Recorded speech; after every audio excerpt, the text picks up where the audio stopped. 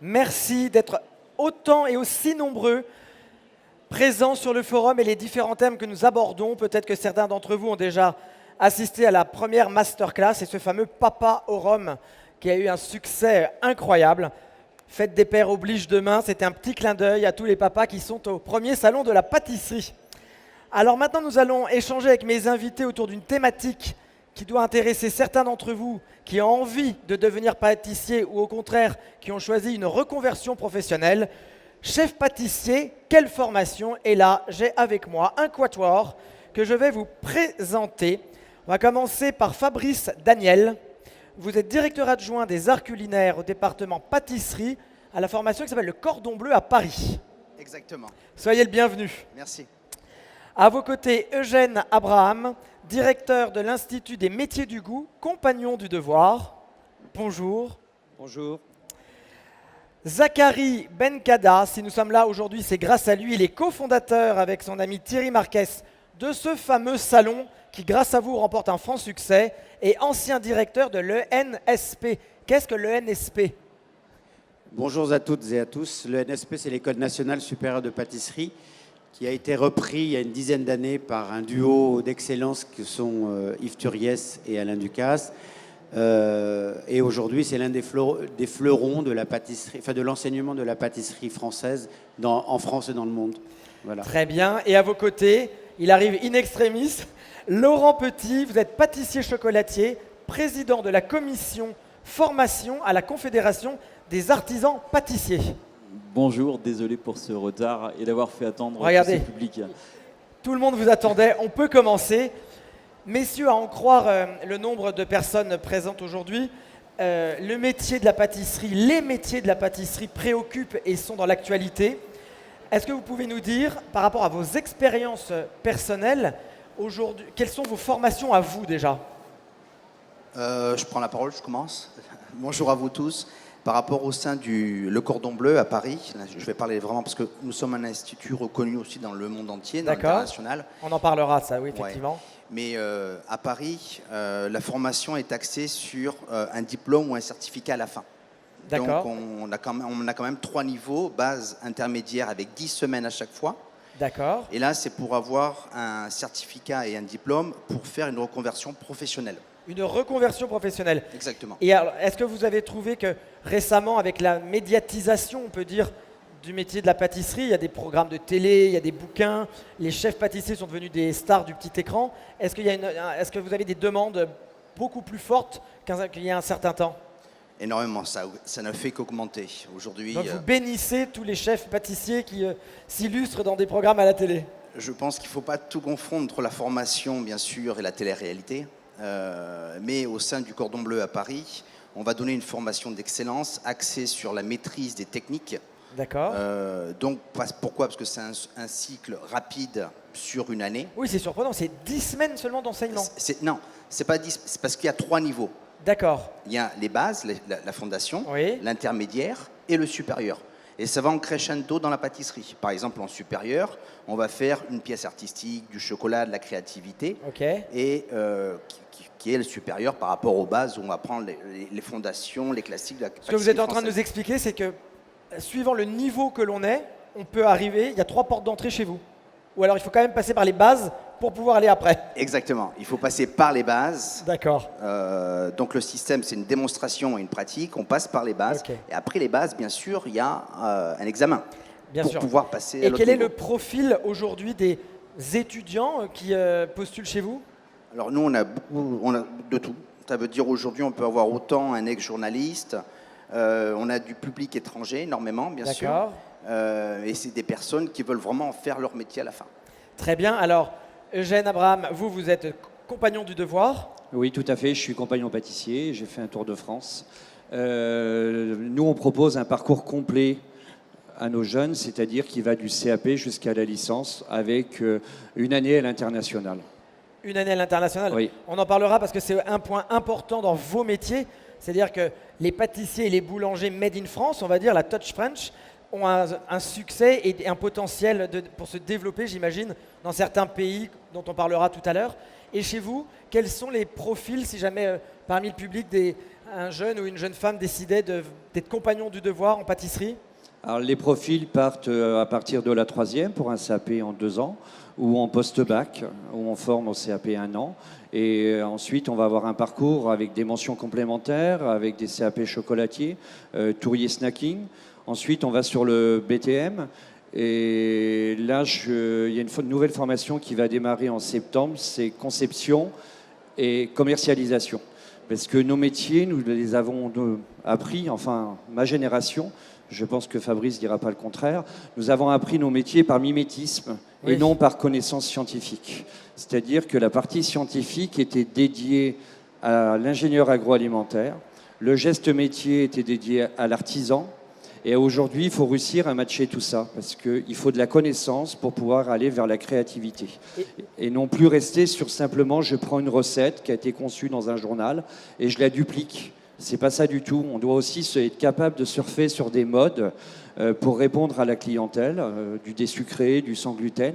Et si on veut avoir ces connaissances-là, ça passe par des connaissances, comme l'a dit M. Cousseau hier, la biochimie. Oui. La biochimie, c'est la science des aliments, c'est la science du vivant. Et cette science du vivant, elle est nécessaire dans nos métiers aujourd'hui. D'accord. Ne plus faire simplement par mimétisme. Et ça, il vous faut aussi, parce qu'on le voit de plus en plus, vous n'êtes pas juste dans vos laboratoires en train de préparer vos pâtisseries, il y a aussi une démarche de plus en plus forte de commercialisation de vos produits et de vos créations. La commercialisation est indissociable de la conception. On ne peut pas aujourd'hui simplement faire un gâteau, le poser dans une échelle ou donner ça à la vendeuse. Ça va plus loin, il faut qu'il y ait cette démarche. Et l'homme de métier doit être un homme de métier augmenté. C'est-à-dire qu'il doit avoir des connaissances justement de marketing, de gestion, avoir des tas de connaissances qui sont transverses au métier.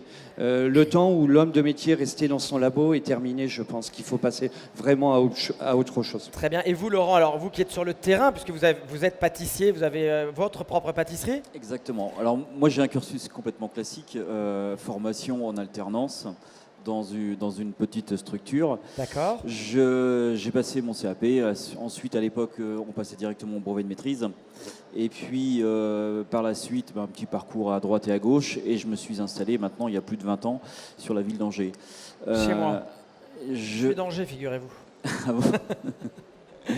Et par la suite, j'ai pris des fonctions au niveau syndical et puis de président de région, et ensuite je suis devenu président de la commission de formation. Bravo.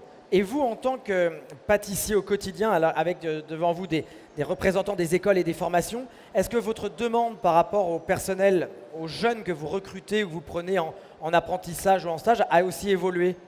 Elle a évolué, bien entendu. Vos attentes sont différentes qu'il y a 10 ans?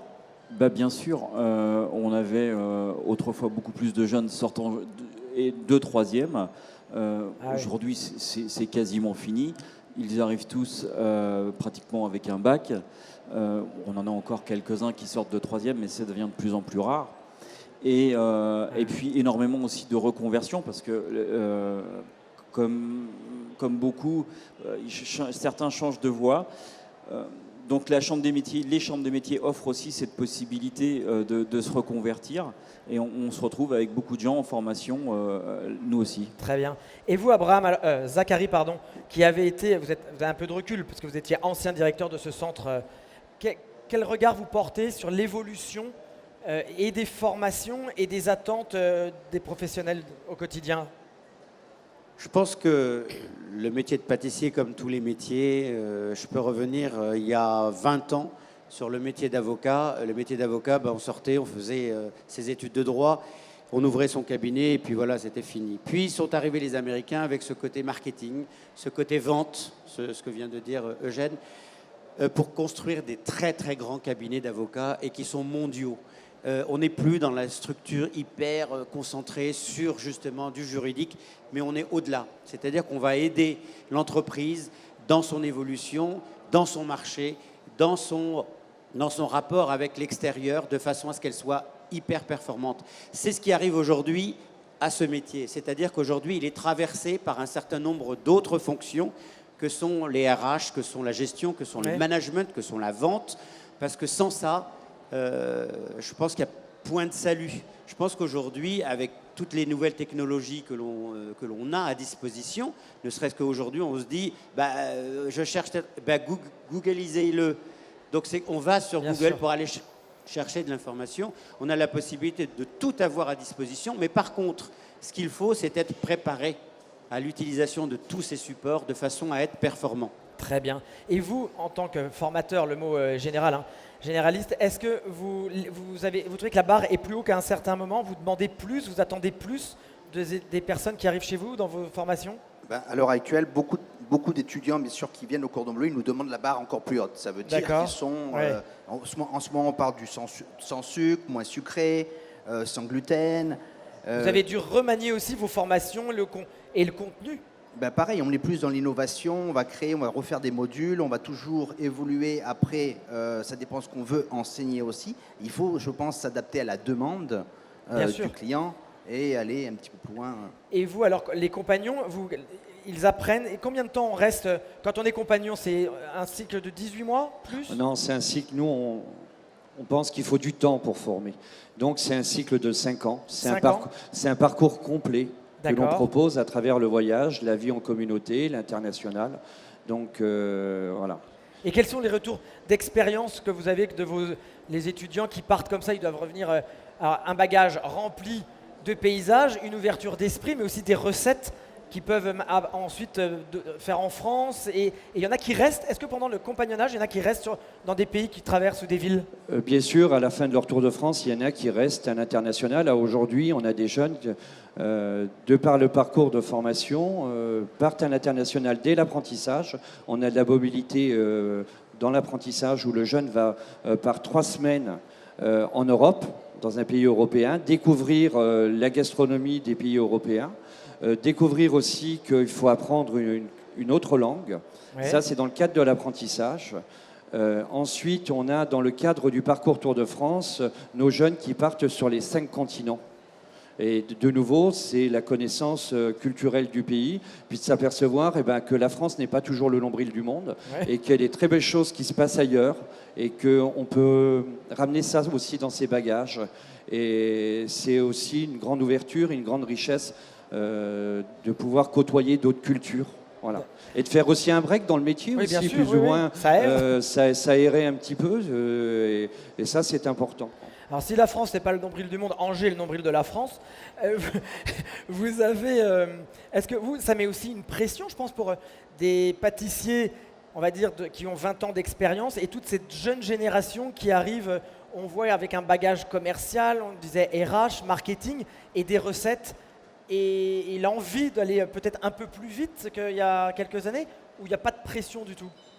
Non, moi je ne le sens pas comme ça. Je veux pas dire que... moi j'ai plutôt des jeunes qui ont suivi le cursus CAP et qui rentrent dans l'entreprise. Donc ils sont plutôt pour des formations de BTM, ce qui est un diplôme chez nous qu'on essaye de mettre en avant au niveau de la Confédération. C'est quoi BTM? Brevet technique des métiers. D'accord. Donc il faut absolument avoir le CAP, un CAP connexe, ou une année d'expérience professionnelle pour pouvoir passer cet examen. Alors, il a la qualification d'un niveau bac, mais il est, on va dire, à l'heure actuelle, dans la profession, nettement plus reconnu qu'un bac pro. Ah oui, d'accord. C'est-à-dire, pourquoi? Parce qu'en fait, la profession s'est évertuée à développer ce diplôme et a eu beaucoup plus les moyens de le développer.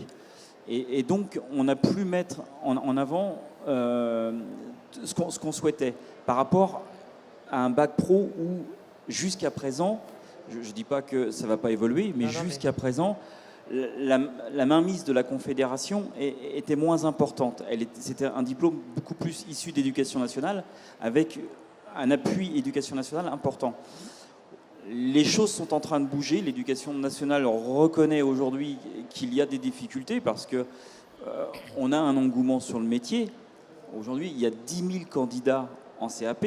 Ah, c'est ce que j'allais vous poser comme question. Le pourcentage ou la proportion de personnes qui veulent entrer faire un CAP. 10 000 candidats, mais il n'y a pas 10 000 postes à pourvoir. J'imagine. Donc, il y a beaucoup d'engouement grâce aux médias. Mais l'examen de base, qui est le CAP, pose aujourd'hui des difficultés parce que n'importe qui peut s'y inscrire. Alors c'est bien et moins bien d'un seul coup, parce que... il y en a qui restent sur le carreau quand même, entre guillemets. Il y en a qui restent sur le carreau, et puis en plus, ça nécessite un nombre de correcteurs important. Donc de la mobilisation de nos professionnels qui reste importante. Et il y a parfois, les gens s'inscrivent et ne se présentent pas à l'examen. Donc ça pose des soucis.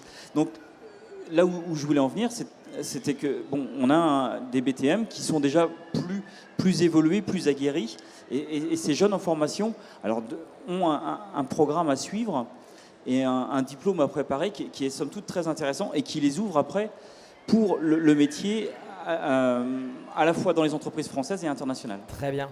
Alors vous deux qui êtes dans 2 formations et 2 écoles différentes, quel est pour vous le parcours idéal d'un jeune ou d'une personne qui voudrait devenir pâtissier? On parle que de pâtisserie chez vous, on ne parle pas de boulangerie. Ce sont 2 métiers différents. Dans vos formations, c'est la même chose. C'est pas une question piège, hein, c'est une question pour qu'on comprenne tous.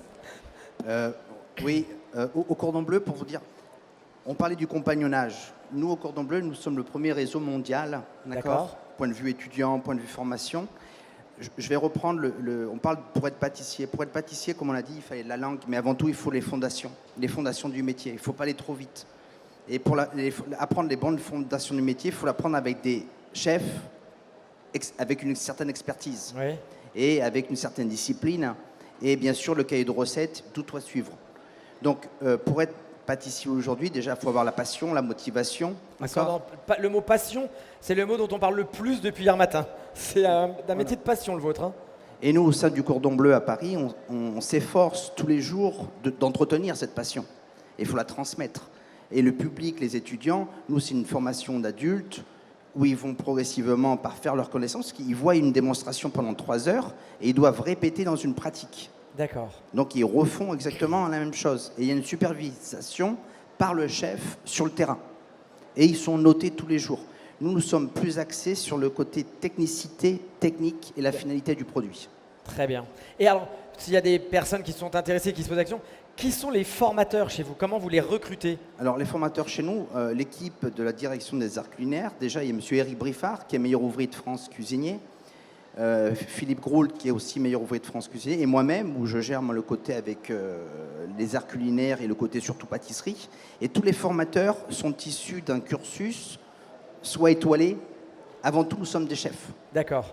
Donc, ce sont des chefs avec une formation exemplaire au sein de grands restaurants, soit ils ont fait des concours et ils ont appris, ils ont mouillé la chemise et la veste dans les cuisines et dans les pâtisseries. Ah ben ça on le voit parce que les médias se font l'écho souvent des mofs et on voit le côté, c'est presque un sportif de haut niveau qui mouille sa chemise et il y met toute son adrénaline pendant des années quand même. C'est dur hein, votre métier.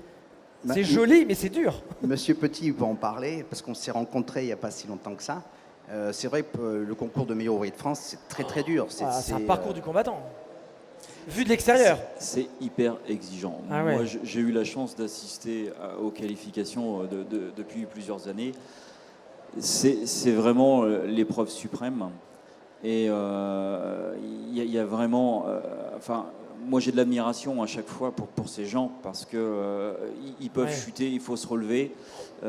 Et c'est vraiment... faut vraiment être passionné parce que vous pouvez avoir préparé de la meilleure façon possible et vous n'êtes pas à l'abri d'un incident au dernier moment. Il y a des gens qui se représentent plusieurs fois. Et puis on sent quand même tous l'espoir et j'ai envie de dire l'espérance que tout le monde met dans la personne qui veut devenir MOF. Bien entendu. On a l'impression que tout s'écroule si jamais... Cette persévérance qu'il faut parce que la dernière fois, il y avait encore aux qualifications à Yssingeaux des gens qui passaient pour la 2e ou 3e fois et qui se sont craqués sur la présentation de pièces. Et là, vous vous dites, mais c'est pas faute d'expérience, c'est pas faute... Non, c'est la faute à pas de chance ce jour-là. La fatigue, la pression. La fatigue, la pression qui fait que tout peut s'écrouler en quelques secondes. Zachary ? Pour ajouter et compléter ce qu'a dit Laurent, je pense que c'est là où la formation doit intervenir et doit rectifier un certain nombre de choses. Aujourd'hui, les MOF, c'est des athlètes. Oui. C'est des grands athlètes, donc il faut les préparer. Bah oui. Les préparer mentalement, mais les préparer aussi techniquement, ce que vous disiez tout à l'heure, mais aussi les soutenir et les coacher. Parce que c'est un long processus qui fait arriver justement au MOF. Le MOF, c'est aujourd'hui, c'est comme si on est docteur en droit ou docteur en médecine. C'est l'accomplissement de tout un parcours. C'est la question que je voulais poser. Est-ce que vous, par exemple, en tant que compagnon du devoir, vous les accompagnez même après, quand ils sont sortis, entre guillemets, de la formation que vous offrez?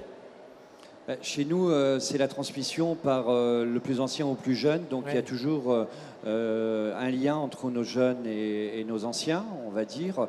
Pour répondre à la question de tout à l'heure sur la boulangerie, moi j'ai la chance, c'est de gérer l'Institut des métiers du goût. 5 métiers: boulanger, pâtissier, vigneron, charcutier, peut-être demain les fromagers. Donc moi j'aime bien l'intermétier. Donc parce que l'intermétier, c'est ça qui est important. Moi, je trouve aujourd'hui ce qui est un peu ridicule dans nos formations, c'est qu'on dissocie la pâtisserie de la boulangerie.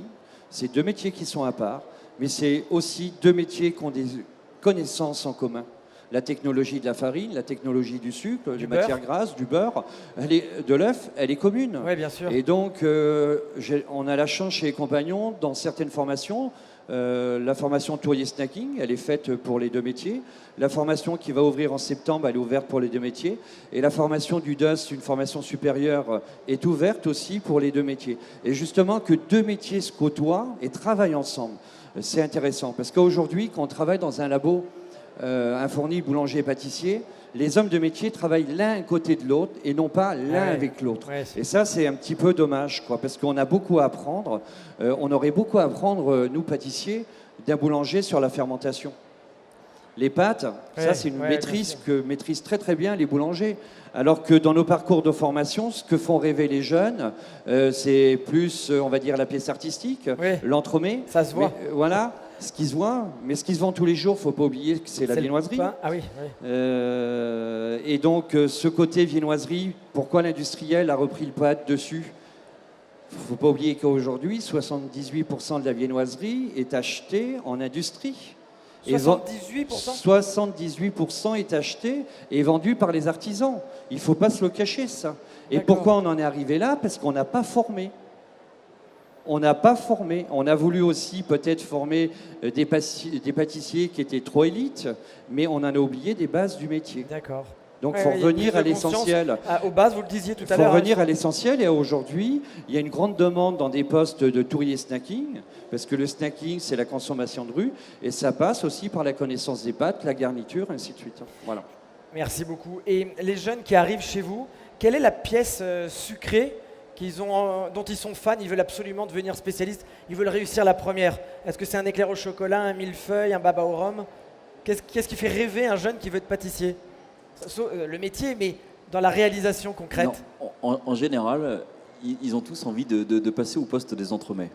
Parce que c'est le poste où on voit le plus la finition. Mais comme mes collègues, j'ai le même avis qu'eux. C'est-à-dire que ça ne sert à rien de faire un entremets si on ne sait pas cuire, si on ne sait pas... oui, c'est une chaîne globale et pas seulement des fragments de connaissances qu'il faut avoir. Bien entendu, on peut faire le plus bel entremets du monde, mais si la pâte que vous y mettez à l'intérieur, si le biscuit que vous y mettez à l'intérieur est brûlé, quel intérêt? C'est clair. Alors, si jamais, j'ai envie de croire qu'il y a des néophytes comme moi dans la salle, un entremets, dans votre jargon, c'est quoi? C'est le gâteau. D'accord. Vulgairement, le gâteau. Je crois que c'était une crème au chocolat. J'appelais ça un entremets, moi, quand j'étais petit. D'accord, le gâteau. Mais moi, je suis Monsieur Petit. Comme on l'a dit, la fondation de la pâtisserie, on rêve par des titres, on rêve d'arriver à quelque chose, c'est sûr, c'est ce qu'il faut. Mais avant tout, il faut revenir aux bases, il faut revenir aux produits du terroir et développer tout ça. Oui. Et bien sûr, après, c'est l'innovation et la créativité. Tous les jours, nous, on s'exerce tous les jours avec l'équipe des chefs au Cordon Bleu. On a un laboratoire des essais où on va mettre toujours en avant le produit.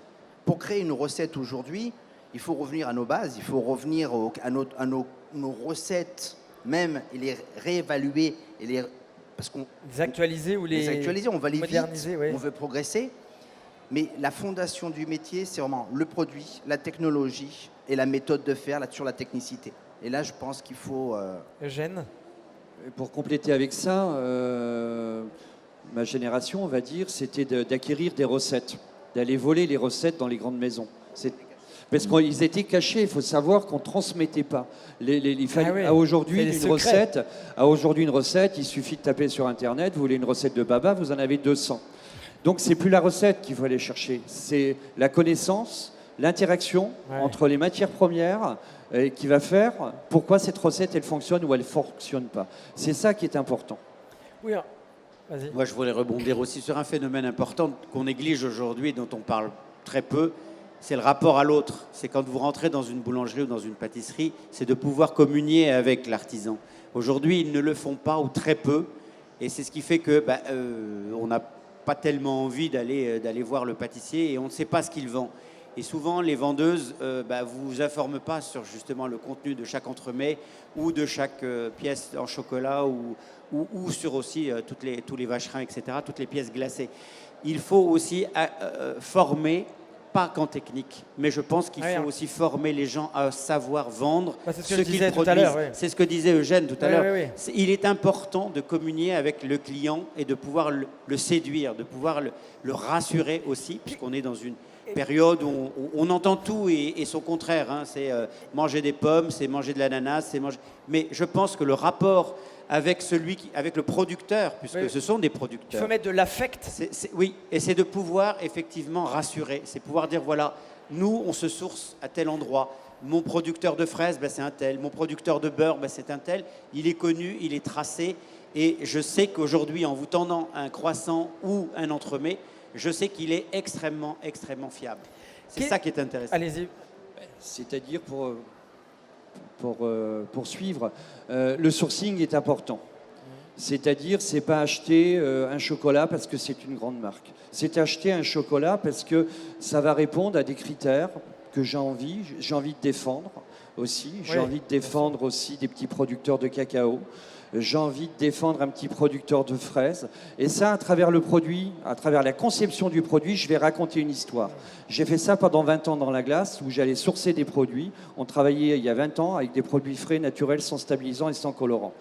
On a été pris pour des fous à l'époque, mais chaque fois qu'on allait dans notre boutique, on racontait une histoire à travers le produit. On doit faire rêver le client. Mais rêver le client, c'est pas lui mentir. Attention, c'est pas la même chose.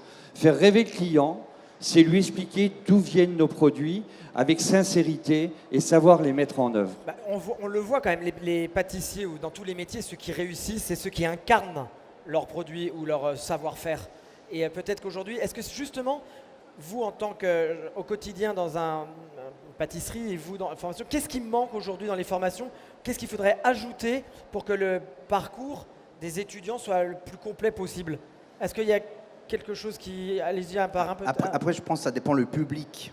Vers qui, vers la demande et l'offre qu'on va offrir aux clients. Nous, par exemple, au Cordon Bleu, on est sur l'étude et développement sur les hautes écoles du goût. D'accord ? Donc, on va mettre en avant, on parlait de sourcing sur les produits. Nous avons Eric Briffard, il est venu avec un cahier des charges de recettes et de produits où on va prendre le petit producteur et on va expliquer pourquoi on le prend et pourquoi on va le mettre en place. Après, pour faire la recette, bien sûr, c'est la technicité qui va le faire. Oui, mais... Et ce qu'il faut comprendre, c'est que dans une recette, ce n'est pas d'avoir une recette, c'est de savoir la faire et d'essayer de trouver pourquoi ça n'a pas marché. Et c'est ça. Donc le sourcing est très très important. Et qu'est-ce qui est le plus compliqué en formation? Vous me disiez l'entremet, tout le monde fait de l'entremet, mais les étudiants dans vos écoles, vous ressentez les choses? Qu'est-ce qui est compliqué? Est-ce qu'il y en a qui abandonnent parce qu'ils n'arrivent pas à réaliser quelque chose et ils se disent j'arrête? Bien sûr, il y a toujours des jeunes qui vont arrêter, mais ce n'est pas là le problème. Le plus compliqué, c'est de faire bouger les cadres, c'est de faire bouger des carcans dans nos métiers. Ça fait 30 ans, voire plus, qu'on l'on forme de la même manière. Donc c'est de réfléchir qu'on doit former autrement. C'est à travers les référentiels, bouger des choses. On doit faire bouger des choses de nos référentiels et des choses qui soient beaucoup plus adaptées, qui répondent aux besoins des entreprises. On doit former des hommes de métier qui répondent aux besoins des entreprises et qui répondent aux besoins actuels de la clientèle. Il y a des tas de choses qu'il faut qu'on fasse bouger dans la formation. C'est quand même pas normal que ces sciences n'ont jamais été mises dans les référentiels, quoi. L'analyse sensorielle. On se rend compte que nos jeunes ne savent pas ce que c'est que le goût. Ils ne goûtent pas. Ils ne savent pas ce que c'est qu'une fraise Gariguette, faire la différence entre une fraise Gariguette, entre une fraise Marat des Bois et une Charlotte. Tout ça, c'est des choses qu'on doit ramener dans l'éducation des hommes de métier de demain. Et donc... Et il y a des modules alors dans vos formations ? On met en place des modules, on est en train de mettre en place des modules. Moi, je peux faire un parallèle parce que, à travers les compagnons, on côtoie 30 métiers. C'est comme si un charpentier n'avait jamais appris le trait pour concevoir une charpente. Charpentier, il y a le trait, il y a l'épure, et après, il fait sa charpente. Sûr, Chez nous, on a appris un métier, on se met devant le batteur ou le pétrin, et puis on y va, et on apprend un métier par mimétisme. Ça, c'est résolu. On doit passer à autre chose. On doit aller plus loin. Ça a quand même déjà énormément changé. C'est là où vous posez un coup de gueule. Ça a énormément évolué. Mais justement, aujourd'hui, l'évolution de tous les autres métiers a fait que la pâtisserie est obligée d'évoluer. Aujourd'hui, on parle de la pâtisserie, mais demain, on parlera du plombier. Il est obligé d'évoluer aussi. Le plombier qui arrive comme ça, la tête en l'air, en vous disant qu'est-ce qui se passe, vous avez une panne dans votre évier, bon, je vais essayer de le réparer. C'est fini.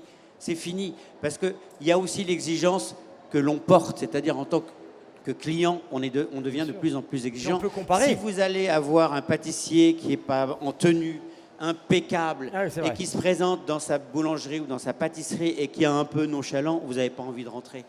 Mais par contre, quelqu'un qui est fier de porter justement la veste, de porter tout ce patrimoine qu'il a acquis au fil des années, et bien là, vous avez quelqu'un qui vous séduit, qui vous galvanise et qui vous, en même temps vous donne envie.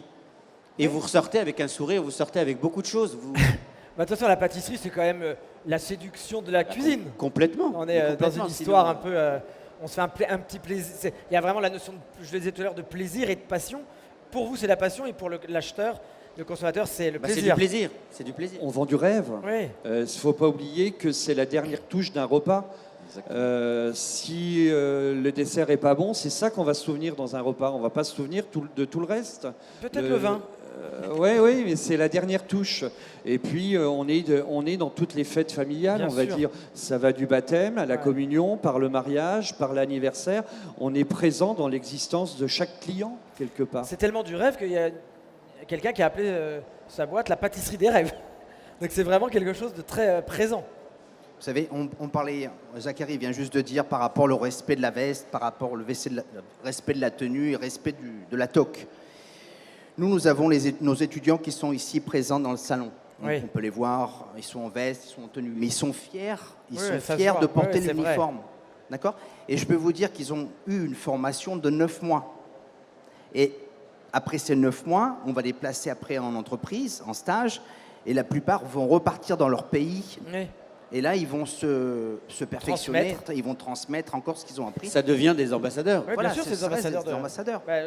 On parle de la haute pâtisserie quand même, comme il y a la haute couture. La France maintenant, plus qu'avant, va aussi emmener le rêve français à l'étranger. La pâtisserie a toujours existé en tant que haute pâtisserie. Alors on lui rajoute aujourd'hui la particule haute, mais la pâtisserie a toujours été quelque chose d'exceptionnel et culturellement attaché et ancré en France. Ce que dit Yves Turiès, c'est que le dessert est universel, mais la pâtisserie est française. Oui. C'est une construction au fil des siècles qui a fait que quand Marie de Médicis est arrivée avec ses pâtissiers italiens, eh ben, les Français se l'ont approprié, mais ils l'ont pétri, travaillé dans les régions, puisque aujourd'hui la France est l'un des terroirs les plus riches au monde en termes de spécialités. Vous faites 10 km, vous avez le broyé du Poitou, vous avez le macaron de ceci, c'est juste prodigieux. Mais aujourd'hui, qui connaît ou qui peut me citer 5 ou 10 spécialités justement en biscuits, en pâtisserie ou en confiserie ? 700 spécialités de confiserie. Qui les connaît aujourd'hui ? Si, par contre, on va citer Haribo. Là, c'est génial. Mais par contre, qui va citer les Négus ? Qui va citer les coussins de Lyon ? Et il faut du monde derrière pour reproduire tout ça. Il faut reprendre, je pense, son patrimoine en main. Pourquoi on dépense des millions d'euros à retaper les bâtiments et on ne donne pas à ces gens-là des millions d'euros pour maintenir un patrimoine exceptionnel que le monde entier envie ? Parce que demain, vous allez en Allemagne, je suis désolé, mais citez-moi une spécialité allemande qui a fait le tour du monde. La Flamencuche. Merci. Allez aux États-Unis, le cookie, sauf qu'il a envahi la France, le cookie. Mais est-ce que l'entremets français a envahi les États-Unis ? Ben non. Parce qu'on ne défend pas suffisamment notre patrimoine. On va aller se faire des cupcakes plutôt que d'aller manger, de rentrer chez des gens qui se lèvent le matin à 5 heures pour faire des choses d'exception. C'était une thématique assez politique, hein, la formation. Non, c'est quelque chose. Je pense qu'on défend plus un patrimoine que la politique. La politique, on est apolitique parce que c'est pas ça qui fait bouger le monde. Ce sont des gens comme ça qui, derrière leur fourneau, derrière leur établi, font des choses. Ils le font tous les jours. Vous pouvez aller le voir, vous pouvez aller acheter. La politique, c'est de la parole en l'air. Alors, avant de conclure, tous les quatre, là, si quelqu'un hésite, je vous laisse, vous avez une minute chacun pour dire venez chez nous et le métier de demain c'est la pâtisserie, vous aurez un job sympa avec de l'avenir à l'international, en France, vous serez ambassadeur du pays. Parce que c'est un peu ce qui ressort de nos échanges. Déjà, je vais situer le Cordon Bleu Paris. Le Cordon Bleu Paris est un institut culinaire privé supérieur et nous sommes sur le quai André Citroën, face à la maison de la radio. À Beaugrenelle, pardon. Le Cordon Bleu, c'est un institut reconnu mondialement, d'accord. Et nous faisons vraiment de la formation sur la pâtisserie où on va être, comme je l'ai dit tout à l'heure, base, intermédiaire, supérieure sur 3 niveaux de 3 mois. Mais bien sûr, on fait aussi l'amateur, d'accord. Et on va voir du gourmet. Il faut juste aller voir et venir visiter. On a un petit restaurant, on a un petit café, d'accord. On a le passage public.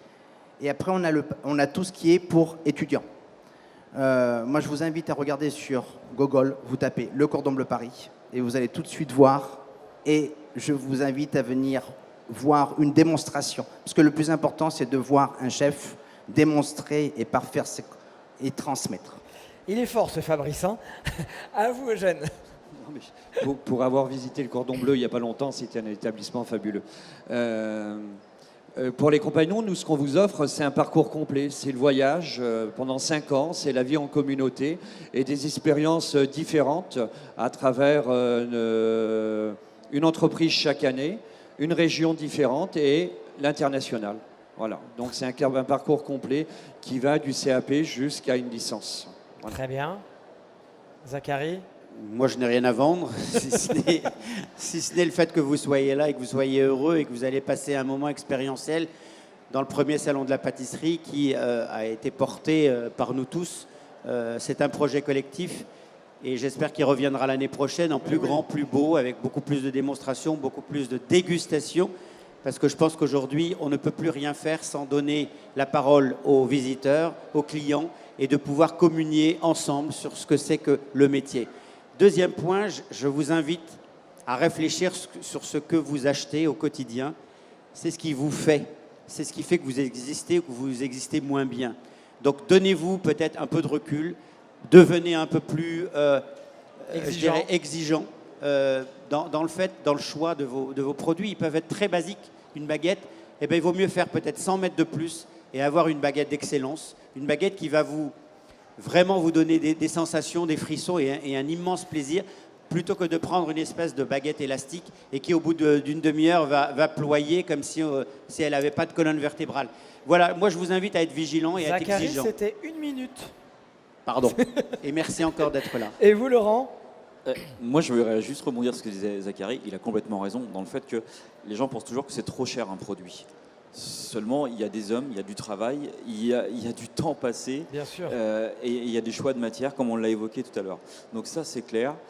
Allez chez les artisans, mais vraiment choisissez vos artisans, parce qu'on l'a évoqué aussi tout à l'heure, c'est pas pour rien qu'il y a de la viennoiserie qui est achetée et qui est revendue par certains en prétendant la faire. Oui. Ça, c'est une supercherie, mais choisissez bien vos artisans. Les compagnons, moi j'ai des compagnons aussi chez moi et je trouve que c'est un organisme de formation merveilleux, une maison qui prend sous son protectorat les jeunes. Et puis les artisans, bien sûr, vous allez en trouver dans toute la France. Allez voir votre artisan, demandez-lui à faire un stage, demandez-lui à percevoir comment ça se fait dans son laboratoire, à voir que tout ce qui va des explications, comme le dit Zachary, parce que c'est important. Et puis, vous vous ferez votre propre idée, et après, vous allez pouvoir vous dire, je suis à même de faire ce métier ou pas. Parce qu'entre l'avoir vu et le faire, c'est deux mondes différents. Moi, vous m'avez convaincu tous les quatre, mais je ne peux pas encore changer de métier. En revanche, est-ce que dans la salle, certaines d'entre vous ont des questions à poser? Vous avez vraiment de la chance. Là, vous avez les 4 meilleurs. C'est le moment ou jamais, si jamais vous avez des questions. Et si jamais vous êtes hésitant, n'hésitez pas. C'est le cas de le dire. Ah, madame. Bonjour. Oui, bonjour, vous m'entendez? Oui, vous aviez commencé à poser la question, et puis en fin de compte, je n'ai pas eu la réponse. C'est moi qui suis responsable alors. Non, c'était très bien. Je voulais savoir quel était le parcours idéal pour un jeune, soit un CAP, un bac pro, ou plutôt commencer après le bac, parce que souvent, j'ai des retours pour chercher des apprentissages. On me dit il est trop jeune à 15 ans, ou à 14, enfin, pour commencer à 15 ans, on les prend qu'à 18 ans. Donc, je voulais savoir quelle était la meilleure formation. Je vous remercie, madame, d'avoir adoubé ma question, qu'ils ont évincée en 2 secondes. Non, il n'y a pas de parcours idéal, ça dépend de la maturité du jeune, ça dépend de plein de choses. Mais chez les compagnons, on les prend sortis de 3e, il n'y a pas de souci, quoi. Voilà. Il n'y a pas de... Enfin, moi, il n'y a pas d'idéal. Ça dépend vraiment le jeune et l'envie, quoi. Et chez vous? Nous, au Cordon Bleu, à partir de 17 ans, 18 ans. Moi, je pense qu'il faut bousculer les codes, comme l'a dit tout à l'heure, et les cadres. Je pense que plus l'enfant est formé intellectuellement, plus facilement il abordera ce métier, il l'abordera avec intelligence. Il l'abordera avec passion et intelligence. Pourquoi? Parce qu'il aura acquis un certain nombre de matières qui vont faire qu'intellectuellement, il sera extrêmement performant. Et c'est aujourd'hui, on ne va plus parler de l'artisan, mais on va parler de l'artisan entrepreneur. Il a besoin d'avoir des bagages autres que la technicité qui sont le fondement et qui ne sont pas du tout à remettre en question. Mais par contre, on doit le former intellectuellement pour qu'il puisse communier avec un environnement qui est mouvant, qui est en permanence en mouvement. Donc il doit s'adapter aux nouvelles technologies, il doit s'adapter aux nouvelles législations, il doit pouvoir s'adapter à la vitesse avec laquelle aujourd'hui on markete les choses. Et il doit être à la pointe. Et c'est ce qui fera que la pâtisserie continuera de briller en France et dans le monde. Très bien, merci. Ça répond à votre question, madame? Ah, une deuxième question. Non, c'est la même personne. Ah non. On reviendra vers vous, madame. Bonjour. Bonjour. Les compagnons du devoir, apparemment, enseignent jusqu'en licence. En fait, vous prenez avec des bacs pro ou avec des bacs généraux? Alors c'est un cursus complet que l'on propose. Ça peut être, chez nous, on a formé aussi au bac pro. On a des jeunes qui sont issus du bac pro. Jusqu'à la licence, il faut avoir fait soit un CAP, soit un bac pro, soit le BTM derrière, le BP pour les boulangers. Et ensuite, on les intègre sur cette formation supérieure de 2 ans, un DUST, qui est en partenariat avec le CNAM, et ensuite jusqu'à une licence. Voilà, mais c'est un parcours complet que l'on propose. Mais on a des jeunes qui ont fait ce parcours et qui étaient issus d'un niveau 3e et qu'on a accompagnés pour aller jusqu'à la formation supérieure. C'est peut-être là aussi une des richesses, c'est de se dire qu'on va former des hommes de métier avec leurs difficultés, parce que souvent il y a eu des ruptures scolaires, voie de garage, métier d'apprentissage, et de se dire qu'avec un métier manuel, on va pouvoir raccrocher une formation supérieure. Et ça, il ne faut pas l'oublier, qu'il y a eu beaucoup de dégâts qui ont été faits par l'éducation nationale, beaucoup de jeunes qui sont en rupture de l'envie d'apprendre parce qu'on ne les a pas motivés, on ne les a pas aidés, on ne les a pas accompagnés parce qu'ils avaient des difficultés. La dyslexie en est une, d'autres, mais si on les accompagne, on arrive à les raccrocher pour aller vers une formation dite supérieure. Elle n'est pas supérieure, c'est une formation qui apporte des connaissances intellectuelles qui sont quelque part le prolongement de la main. Merci beaucoup. Merci, madame. Il y a une autre question là. Vous avez toujours votre question, madame? Attends, on va vous donner votre... Il y a une question au fond aussi? D'accord. Donc, ce que je comprends, c'est qu'en fait, effectivement, les parcours peuvent être différents. Monsieur disait que plus effectivement intellectuellement, ils avaient accumulé des matières. Donc, ce que je comprends, c'est d'aller éventuellement au bac et ensuite de faire une formation CAP à partir du bac normal. Mais en fait, si on veut vraiment être pâtissier, est-ce qu'un bac général serait pas mieux finalement un bac gestion? Parce que ça commence, on va plutôt dans la gestion, enfin on a aussi d'autres matières, mais en fait un bac gestion et après enchaîner sur CAP, Oui, brevet. Ça recoupe un peu ce qu'on se disait, maintenant il faut quand même des connaissances plus globales. Mais je pense que qu'il ait un bac gestion ou un bac design et graphisme, c'est pareil. Il faut qu'il ait, je pense, un bagage. Ce bagage, je pense, c'est ce qui lui permettra de se mouvoir dans un univers qui devient de plus en plus complexe. Aujourd'hui, on est obligé de s'entourer d'un expert comptable, d'un avocat, d'un ceci, d'un cela. Aujourd'hui, on a besoin aussi des relations presse, on a besoin d'un communicant. Donc aujourd'hui, on ne peut plus faire un métier tout seul et de pouvoir justement le faire à 360 degrés. Donc on est obligé de s'entourer de spécialistes. Mais on ne peut s'entourer de spécialistes que si on peut les gérer, c'est-à-dire leur donner des indications sur ce que l'on veut. Quand on voit qu'un Pierre Hermé, un Alain Ducasse, un Joël Robuchon, s'ils sont aujourd'hui au firmament de leur métier, c'est qu'ils ont su s'entourer. Alors, ils n'ont pas eu la formation, mais ils ont eu l'intelligence de s'entourer avec des gens qui leur ont apporté les supports nécessaires pour pouvoir continuer à évoluer et en même temps entraîner avec eux un certain nombre de gens et de les former, de leur montrer que le métier devient complexe. Et même au niveau technique, pardon, j'ajoute, au niveau technique, les choses évoluent. Tout à l'heure, on parlait de la science agroalimentaire. Mais aujourd'hui, on a besoin de connaître la chimie à l'intérieur. Qu'est-ce qu'un œuf avec du sucre va donner à température ambiante ou ne va pas donner quand il sera à une température froide. Donc tout ça, ce sont des connaissances qui doivent être données à l'artisan. C'est pour ça que les choses deviennent de plus en plus complexes et il faut être extrêmement vigilant sur ce que l'on va faire pour préparer le terrain ou le terreau pour être un très bon pâtissier demain. Vous voulez ajouter quelque chose? Non, je vais juste dire, il faut préparer aussi l'enfant et l'emmener directement dans le métier le Bien plus sûr, tôt possible ouais, et de voir si vraiment c'est ça ce qu'il Il faut faut lui faire. ouvrir des vies ma vie de temps en temps. Voilà. Il n'y a pas assez d'ailleurs de décloisonnement comme ça. Laissons aux jeunes faire un apprentissage. Bien sûr. On veut toujours aller, bien sûr, vers des bacs généraux et plus et encore, mais allons aux fondations au C'est très départ français, et ça. après d'évoluer par la suite. Très bien, merci. Il y avait une autre question, mademoiselle. Oui, moi je voulais savoir en fait, qu'est-ce que ce serait le meilleur parcours dans le cadre d'une reconversion professionnelle? Ah, il y a une envie là. Ouais. Alors le meilleur parcours quand on veut changer de job. Devenir au cordon bleu. Voilà. C'est ce qui me semblait aussi. Alors mais 10 semaines de base, un examen. Non, mais le meilleur parcours, bien sûr, après, il faut faire une formation rapide sur et vraiment avoir la passion et la motivation d'aller jusqu'au bout. Parce que ça va pas être facile. Mais si vous voulez faire une reconversion, c'est que déjà vous êtes motivé.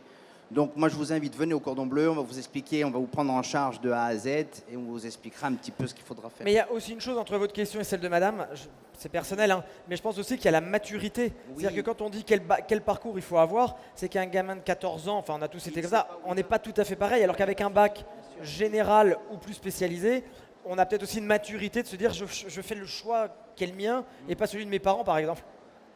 Pour vous répondre, madame, concernant quel parcours, moi, quand je suis arrivé à la tête de l'École nationale supérieure de pâtisserie, je me suis dit, moi, n'ayant pas de cursus pâtissier, si je voulais me reconvertir, où est-ce qu'il fallait que j'aille? Donc, j'ai ausculté un peu l'ensemble des centres de formation. Il me fallait 2 ans pour faire mon CAP. Vous voyez ma tête? Aller m'asseoir avec des enfants, des adolescents de 15 ans, pendant 2 ans. Waouh! Ça passait. Donc là, voilà, c'est pour ça que les métiers s'enrichissent par la transversalité des choses. Donc je me suis assis avec un certain nombre de pâtissiers, des gens de métier, et je leur ai dit, on va prendre le référentiel, qu'est-ce qu'il faut garder, qu'est-ce qu'il faut enlever, et comment on peut aller vite. Vite, ça ne veut pas dire pas bien.